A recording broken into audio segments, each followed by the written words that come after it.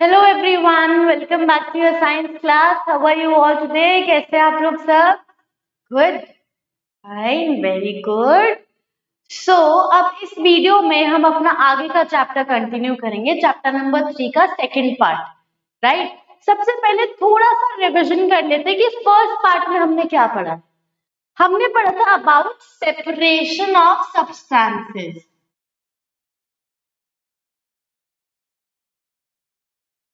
Right, separation of substances, जिसमें हमने देखा कि सब्सटेंसेस को सेपरेट करने में हम सेपरेट करने की जरूरत क्या है। जैसे यूजफुल सब्सटेंसेस को नॉन यूजफुल सब्सटेंसेस से सेपरेट करना है। जैसे हमने चाय बनाई, तो जो सॉलिड चीज है चाय पत्ती, वो तो हमारे किसी काम की नहीं है। जो लिक्विड है, जो ड्रिंकेबल है, वो हमारे काम की है, तो हमें उसे एक्सट्रैक्ट करना होता है। हमने मटर के छिलके हमारे काम के नहीं, तो हम मटर जब छील लेते हैं, छिलके हटा के डस्टबिन में फेंक देते हैं या बाहर गाय को दे देते हैं। Got it. बटर मिल्क कैसे बनता है? बटर सेपरेट हो जाता है और बटर मिल्क अलग हो जाता है, दोनों चीजें हमारे काम की है। तो बहुत सारे रीजंस हैं कि हमें सेपरेशन क्यों करना चाहिए। एंड दूसरी चीज, इम्प्योरिटीज हटाने के लिए भी हमें सेपरेशन करना बहुत जरूरी है। जैसे कि सेपरेशन करना सिर्फ ये नहीं होता ना कि एक ग्रेन से मैं दूसरी चीज हटा रही हूँ। अब मैंने कोई फ्रूट लाई मैं बाहर से, उसको बिना धोए खाना भी गलत है, क्योंकि उसके ऊपर जो जर्म्स लगे उसको सेपरेट तो कर लो पहले। उसके छिलके पे जर्म्स है, जर्म्स को सेपरेट कर लो पहले उसके ऊपर से, तभी तो हम वो खाएंगे। क्योंकि जर्म्स तो हार्मफुल हो गए ना हमारे लिए, वो हमारे अंदर जाएंगे तो हमें डिसीज हो सकती है, हमें कोई भी एलर्जी हो सकती है, कोई भी प्रॉब्लम हो सकती है। Got it? ठीक है। तो बेसिकली हार्मफुल चीजों को भी अलग करने में सेपरेशन बहुत जरूरी है। अब सेपरेट करें कैसे? मतलब कि जैसे अब मैं मिक्सचर्स को क्लासिफाई कर दूंगी, सेपरेट हम कैसे करते हैं, हम क्यों करते हैं, किस चीज को करते हैं? जब चीजें मिक्स हो जाती है तभी तो अलग अलग करेंगे। राइट, कोई चीज ऐसे ही पड़ी है तो उसको मैं क्या सेपरेट करूंगी? अब जैसे पानी का ग्लास है, पानी है बस, उसके अंदर कुछ नहीं है, ना सॉल्ट ना शुगर, मैं उसको क्या सेपरेट करूं? वो तो पानी है।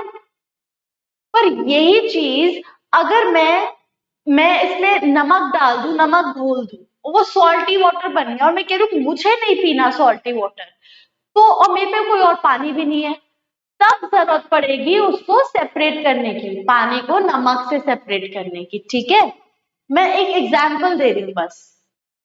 जब मिक्सचर हो जाता है ना, तब चीजों को सेपरेट करने की जरूरत पड़ती है। तो ऐसे solid solid mixture, solid liquid mixture, liquid liquid mixture. Okay, तो बस यही चीजें हमने पढ़ी। फिर हमने पढ़ा कि विनोइंग एक मेथड है सेपरेट करने का, जो लाइट और हेवी सब्सटेंसेस को सेपरेट कर देता है। फार्मर्स हवा के थ्रू हस्क को सेपरेट करते हैं, ग्रेन्स। सीविंग एक मेथड है। ओके, और एक था मेथड हैंड पिकिंग, याद है ना आपको सब? तो चलिए चलिए आगे देखते हैं कौन सा मेथड है। Threshing, the process used to separate grain from the chaff is called threshing. Basically chaff is ये पूरा जो हमारा हार्वेस्ट किया हुआ है, पूरा का पूरा क्रॉप जो हार्वेस्ट किया हुआ है हमने, दैट इज शाफ। उसमें से ग्रेन्स को सेपरेट करना इज डन थ्रू थ्रेशिंग। तो हमने एक मशीन का यूज किया, उसे बोलते हैं प्रेशर। ठीक है, this is done either by hand और by using animals such as bullocks और camels. The harvested crop is spread on the ground, and the bullocks or camels are made to walk over them again and again till the grains come out of the shaft. This process is called threshing. अब उस shaft में जब pressure पड़ता है ना, तो वो grains बाहर आने लगते हैं। ठीक है, आप इसको कैसे रिलेट कर सकते हो? जैसे आपने मटर का एक पॉड रखा, मटर का पीस रख दिया, ठीक है, वो छिलके के साथ पूरा एक बंद। अब आप उसके ऊपर पैर रखो हल्का हल्का हल्का, तो साइड से मटर निकलने लगेंगे, मटर पिचक जाएंगे। तो ऐसा ही कुछ शाफ्ट के साथ होता है। जब हेवी एनिमल उसके ऊपर चलेगा बार बार, तो ग्रेन्स बाहर आ जाएंगे, फिर उसको हाथ से अलग कर लेंगे। पर that is very time consuming, तो हम मशीन भी यूज करते हैं, which is called thresher. Nowadays, farmers use threshing machines and tractors for doing this job. The leaves and the stems of the crops get crushed into smaller pieces by threshing machine. यहाँ से threshing machine से जो पूरा का पूरा crop है वो छोटे छोटे टुकड़ों में टूट गया, उसको काट दिया। अब इसी से हम क्या करेंगे, during threshing when the chaff is still left mixed in, then they are separated again by the chaff either winnowing or hand picking or sieving. अब आया हमारा winnowing, hand picking और sieving. So this is now basically grains and husk का mixture, क्योंकि stems भी पिस गए और leaves भी पिस गए और grains भी है। अब इनको कैसे अलग करें, winnowing, तो husk जो लीव्स होंगी सूखी सूखी वो ऊपर से हवा के थ्रू उड़ जाएंगी और ग्रेन्स पीछे नीचे सेटल डाउन हो जाएगा, मतलब नीचे गिर जाएगा। ठीक है। The process of crystallization is used to obtain pure salt from an impure salt. The common salt obtained from sea water is impure and contains impurities such as sand, dirt, and other dissolved salts. It is dissolved in hot water and then filtered. On cooling, the hot filtrate crystals of pure common salt appear.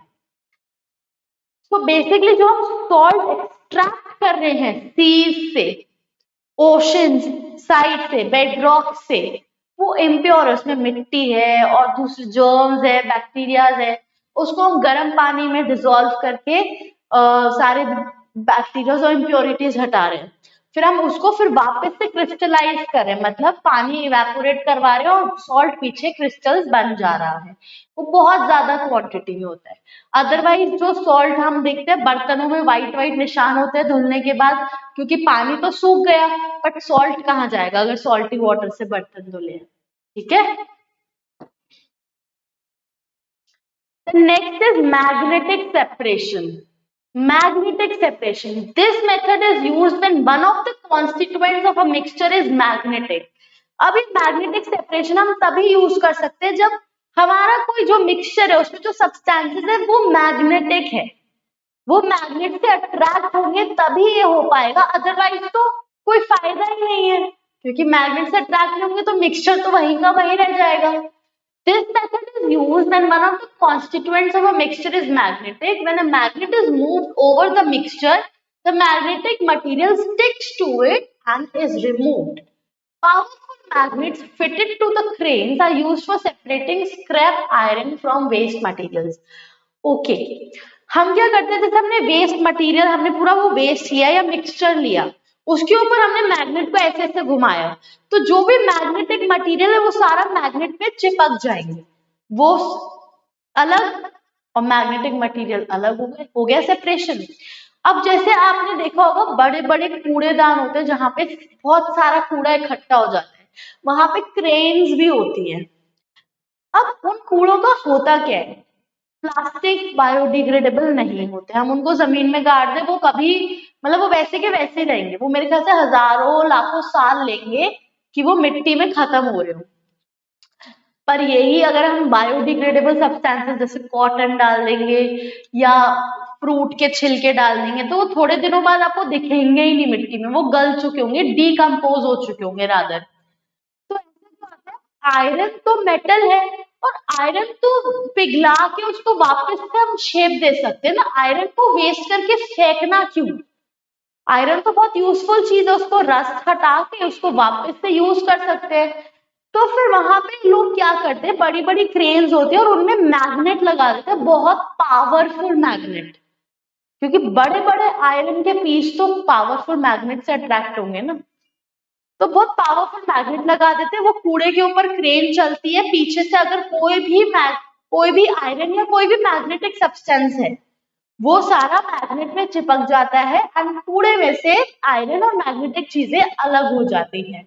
Got it. अब crane का use करेंगे क्योंकि कूड़ा बहुत सारा है और फिर इतनी बदबू वाली चीज में कैसे कोई इंसान काम कर सकते, तो क्रेन हम मशीन का यूज करते हैं। Separating solids from a liquid, अभी तक हम सॉलिड सेपरेट कर रहे थे, अब हम सॉलिड फ्रॉम लिक्विड सेपरेट करेंगे। उससे पहले आप देखिए electromagnets are used to separate scrap iron, मतलब पुराना सड़ा गला आयरन। इलेक्ट्रोमैग्नेट्स बेसिकली वो मैग्नेट्स होते हैं जो इलेक्ट्रिसिटी के थ्रू अपनी मैग्नेटिक प्रॉपर्टी शो करते हैं। वैसे आप उनको बिना इलेक्ट्रिसिटी के रख दो तो वो मैग्नेटिक नहीं होंगे, उधर उनपे कुछ भी मैग्नेटिक सब्सटेंस अट्रैक्ट नहीं होगा। बट अगर आप इलेक्ट्रिसिटी ऑन कर देंगे तब उनके अंदर मैग्नेटिज्म स्टार्ट हो जाएगी और फिर वो अपना मैग्नेटिक प्रॉपर्टी शो करने लगेंगे। ठीक है। We have learned in our previous chapter that solids which are not miscible in a given liquid are called insoluble. Not miscible means वो dissolve नहीं हो रहे हैं. This property is used to separate insoluble solids from the liquids. When the mixture contains one solid substance and the other liquid substance, then one of the following methods can be used to separate the constituents. Okay. पहले तो एक solid और एक liquid substance के mixture का मुझे example दीजिए। सोचिए।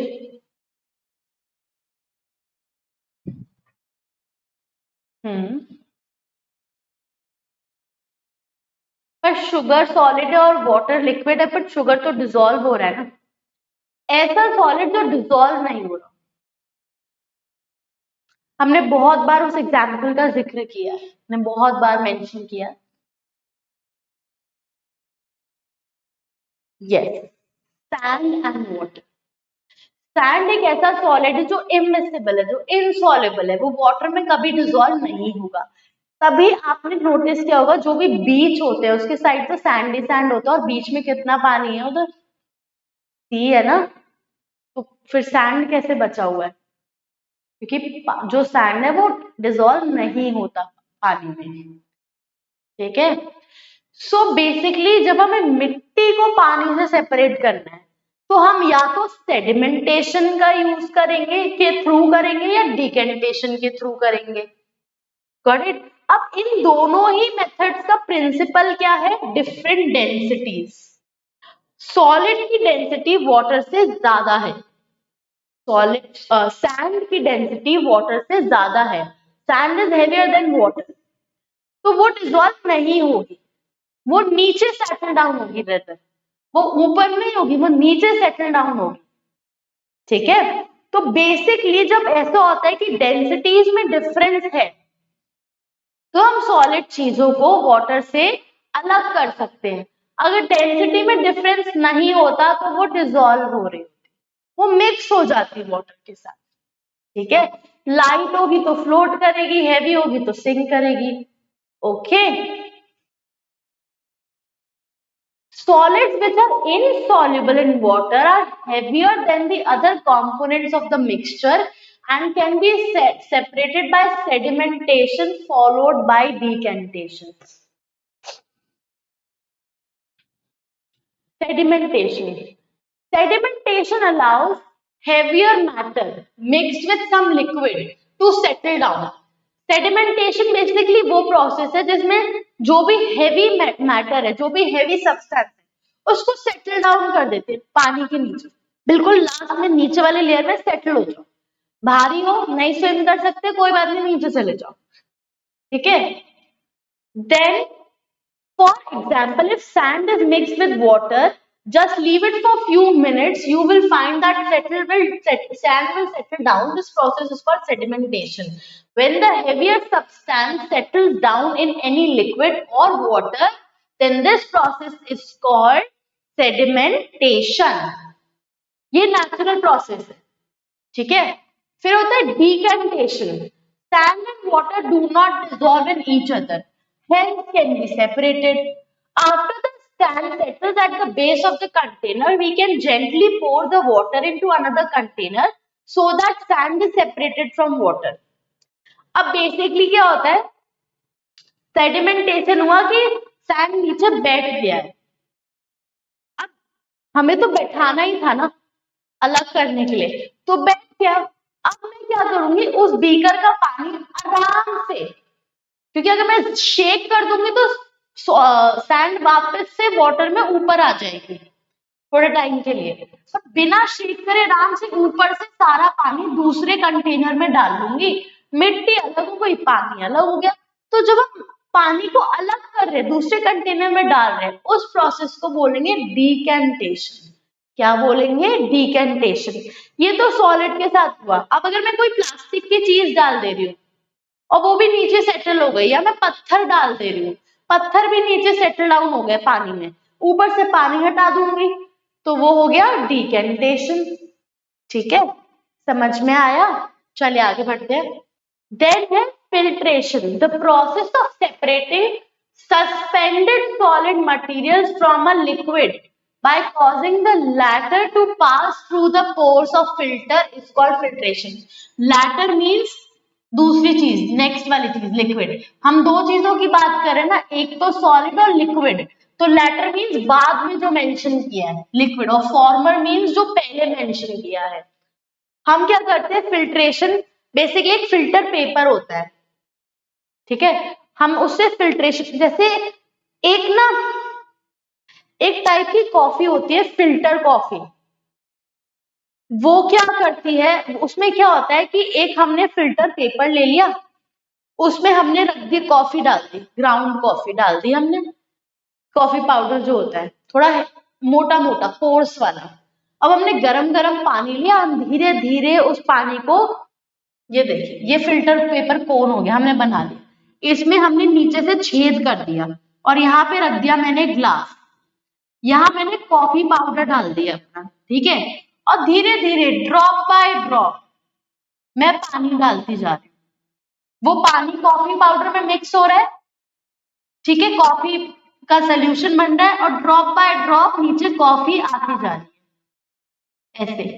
फिर जब कॉफी पूरी इतनी भर जाएगी, मैं उसे निकाल के बॉईल कर लूंगी और पीऊंगी, उसका टेस्ट ही अलग होगा।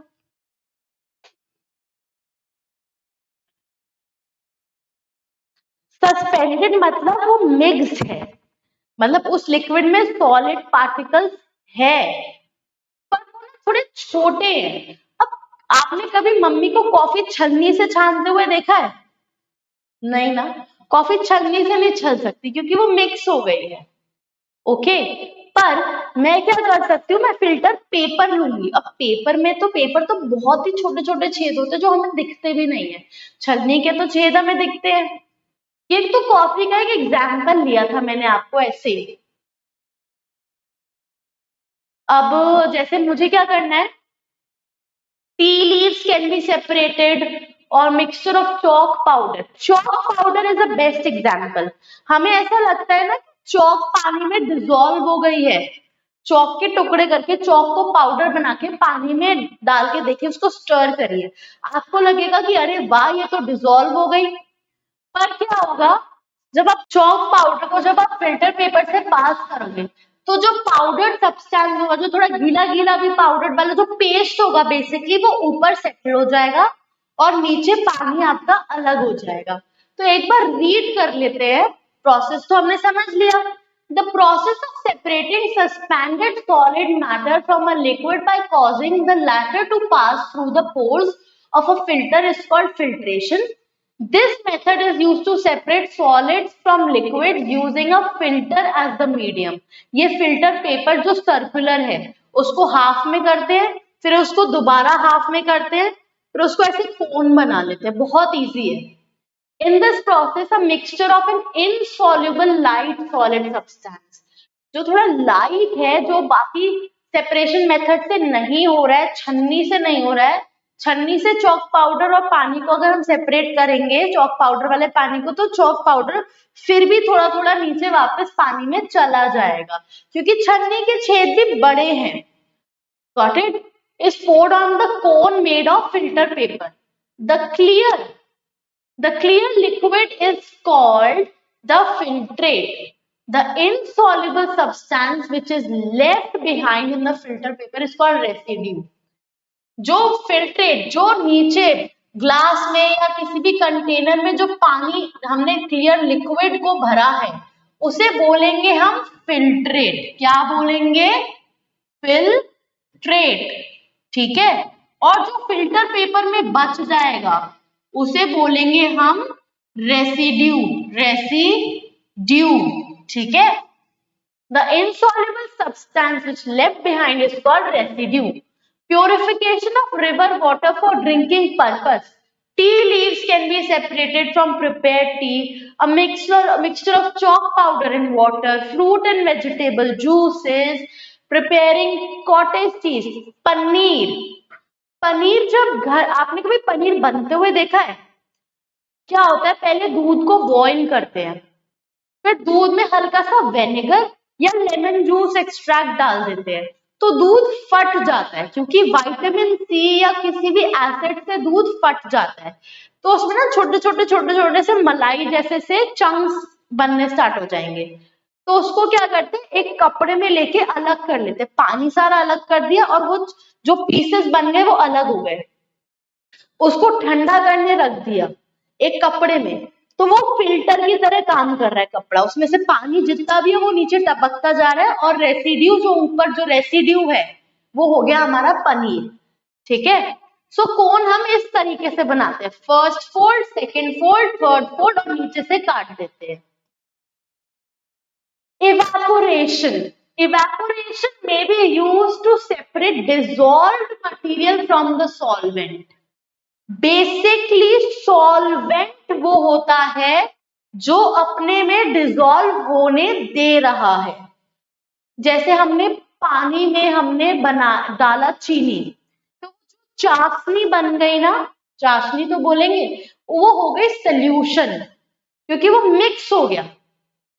ठीक है, वो मिक्सचर नहीं कहलाएगा, वो अच्छे से मिक्स हो चुका है कि दिखेगा भी नहीं कि चीनी कहाँ है, वो हो गया सोल्यूशन। तो सॉल्यूट जो हम डाल रहे हैं मतलब चीनी, सॉल्वेंट पानी जिसमें हम डाल रहे हैं, और चाशनी जो बनकर आई सोल्यूशन। ये अभी हम आगे पढ़ेंगे। For example sea water contains several salt. Sea water तो कितना सॉल्टी होता है, तो उसमें बहुत सारे सॉल्ट डिसॉल्व होते हैं। is collected in tanks and allowed to evaporate slowly under the heat from the sun. Water evaporates slowly, leaving behind white crystals of salt, which is purified to obtain table salt. अब ये जो table salt मतलब जो खाने में हम नमक डालते हैं, कॉमन सॉल्ट जिसे बोलते हैं, टेबल सॉल्ट इसलिए क्योंकि वो टेबल पे सॉल्ट की आपने देखी होगी कंटेनर्स सॉल्ट एंड पेपर के। तो बेसिकली वो कहाँ से आ रहा है, वो हम नेचुरली एक्सट्रैक्ट कर रहे हैं सी के साइड में, जो रिवर बेड जिसे बोलते हैं और बेड बोलते हैं, जैसे बैंक जिसे बोलते हैं, उसमें क्या होता है बहुत सारा सॉल्ट ना, सॉल्ट के ना ऐसे क्रिस्टल्स होते हैं वाइट कलर के। वो कैसे, जो सीज वाटर है वो इवेपोरेट हो रहा है, तो साइड में जो जमीन के ऊपर थोड़ा बहुत पानी वो इवेपोरेट हो रहा है और पीछे सॉल्ट छोड़ जा रहा है, क्योंकि सॉल्ट नहीं जाता, इवेपोरेट नहीं होता, सॉल्ट नहीं गायब होगा। ठीक है, तो उसको हम और केमिकली थोड़ा ट्रीट करते हैं ताकि वो एडिबल हो जाए, खाने लायक हो जाए। ठीक है, तो कैसे होता है, in laboratory evaporation can be carried out in porcelain evaporating dish. The most rapid evaporation is achieved by heating the dish through wire gauze. ये है वायर गॉज और इसके सामने ऊपर बर्नर, बंसन बर्नर जिसे बोलते हैं, हमने जला दिया और हम पानी उबाल रहे हैं। However, for slow evaporation, solution of water bath, a beaker water maintained at the boiling point is suitable. How is salt obtained from sea water? Again the same thing. Near the sea shore, जो sea के किनारे, the sea water is collected in the shallow pits. छोटे छोटे हम गड्ढे बना देते हैं। ठीक है, जैसे ये सी हो गया हमारा, और ये जो इधर मिट्टी का वाला पार्ट है, इसमें छोटे छोटे हमने गड्ढे बना दिए, इसमें भर दिया हमने सी वाटर, वेव्स आए और सी वाटर इसमें आ गया। अब वाटर बाहर निकल के नहीं जा रहा है, अब ये ही वाटर जो इसमें है ये स्लोली इवेपोरेट हो रहा है नेचुरल प्रोसेस से। धूप पड़ रही है, सन से रेज आ रही है, धूप पड़ रही है, ये इवेपोरेट हो रहा है, तो यहाँ से पानी इवेपोरेट हो जाएगा तो सॉल्ट के क्रिस्टल्स रह जाएंगे, क्योंकि सॉल्ट इवेपोरेट नहीं होता है। फिर इन क्रिस्टल्स को हम लैब में ट्रीट कर देते हैं। ठीक है, In few days the whole water evaporates, leaving behind impure salt. ये impure है, इसमें अभी dust particles है, इसमें अभी germs होंगे, इसमें बहुत कुछ होगा। Got it? The salt so obtained is collected and transported to big factories where it is purified and packed for consumption. Got it? So ये तो बहुत easy था. Separating liquids from liquids. अब हम देखेंगे कि लिक्विड में से लिक्विड कैसे कर रहे हैं. We have already learned in our previous chapter that liquids may be miscible or immiscible. Again, miscible means soluble. ये भी एक vocabulary term है, ठीक है, इसे भी learn कर लीजिएगा. Miscible means mix हो रहा है, soluble, और immiscible mix नहीं हो रहा, insoluble. Okay? Those liquids which mix together in all proportions and form a single layer are called miscible liquids. For example, alcohol and water are miscible as they get mixed together. So basically उसको हम solution भी बोलेंगे. उस miscible liquid को हम solution बोलेंगे. Alcohol and water mix होके एक solution बना लेते हैं. जैसे आपका शरबत है, वो भी तो liquid है, जो मम्मी रूह अफ़ज़ा डालती हैं, तो उसको भी पानी में डालोगे तो वो mix हो गया. अब पानी अलग कैसे होगा और शरबत अलग कैसे होगा, या अलग अलग तो नहीं तैरता एक दूसरे के ऊपर. Those liquids which do not mix together, they are called immiscible liquid. मतलब oil and water are immiscible. They do not get mixed together in all proportions. हमेशा आप ना एक काम करना है, एक पानी का ग्लास लेना या एक छोटे से बोल में पानी लेना और उसके ऊपर 2-3 बूंद ऑयल डाल के देखना, तो आप देखोगे ऑयल स्पिल्स दिखेंगे आपको, ऑयल की लेयर दिखेगी पानी के ऊपर, क्योंकि ऑयल मिक्स नहीं होगा पानी से. Got it? Distillation and condensation. Distillation is widely used separating the component substances from a liquid mixture by selective evaporation and condensation. Have you ever noticed that water drops condense under the metal lid that has been used to cover a vessel containing just boiled vegetables or milk?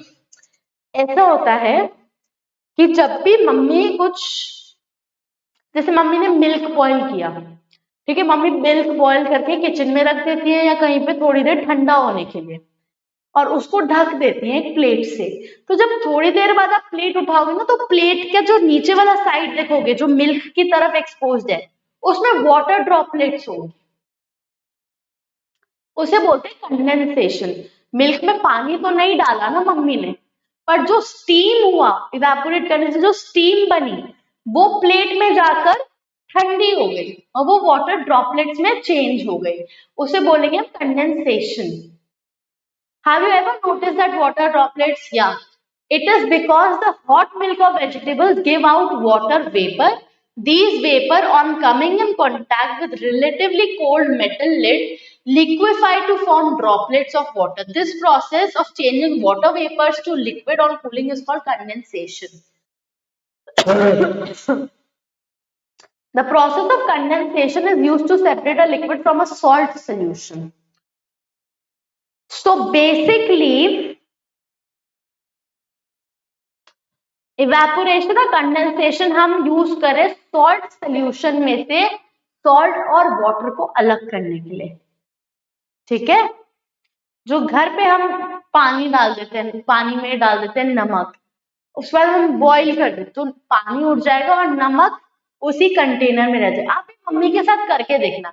देखिए, मैं जो भी आपको experiment बोल रहा हूँ, आप अकेले मत जाइएगा. For some safety reasons, safety protocols follow करके हम हमेशा एक एडल्ट के सुपरविजन में ही काम करेंगे. ठीक है, अभी हम बच्चे हैं तो हम किसी बड़े की हेल्प लेंगे ये सब करने के लिए. आप क्या करना, एक बार आप क्या कर सकते हैं, कंटेनर लोगे, फ्राई पैन जिसमें चाय बनती है, उसमें पानी डालिए और सॉल्ट डाल दीजिए 1 चम्मच. फिर उस पानी को बॉईल करिए, तो आप देखोगे कि पानी उठ जाएगा और वो कंटेनर में कुछ व्हाइट सा एक स्टेन रह जाएगा. वो बेसिकली होगा salt. Got it? Test for saturated and unsaturated solution. To test the saturated solution, add more solute to the solution and stir by keeping the temperature constant. If more solute does not dissolve in the given solution, then it will be a saturated solution. But if more solute gets dissolved, then it will be unsaturated solution. पहले तो हमने solution पढ़ा, हमें solution clear है.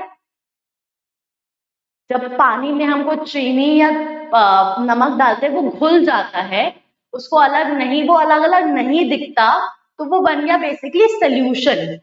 अब saturated unsaturated ये हुआ कि मैं एक ग्लास पानी में कितना नमक डाल सकती हूँ। मैं 1 चम्मच डालूंगी, ठीक है, नहीं दिख रहा, नमक घुल गया। मैं एक और चम्मच डालूंगी, नमक घुल गया। तो कभी एक ऐसा टाइम आएगा कि नमक घुल ही नहीं रहा, अब नमक नीचे सेटल डाउन हो जाएगा, सेडिमेंट हो जाएगा।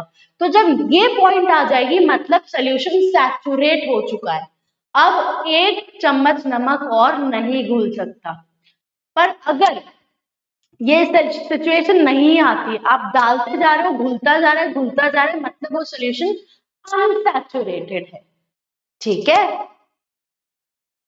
So this was all about the chapter. आगे के चैप्टर में हम क्वेश्चन आंसर्स करेंगे। अभी तक हमने चैप्टर कर लिया है कंप्लीट ऑलमोस्ट, हम करेंगे नेक्स्ट चैप्टर नेक्स्ट वीडियो में रिवाइज, जिसके लिए I want you to read the chapter, go through the activities, आप खुद से एक बार ट्राई करिए, रिसर्च करिए, ताकि आपकी रिसर्च स्किल्स इनहैंस हो और क्वेश्चन आंसर्स करने में हमें दिक्कत ना हो। I hope you like this video, thank you so much, have a nice day.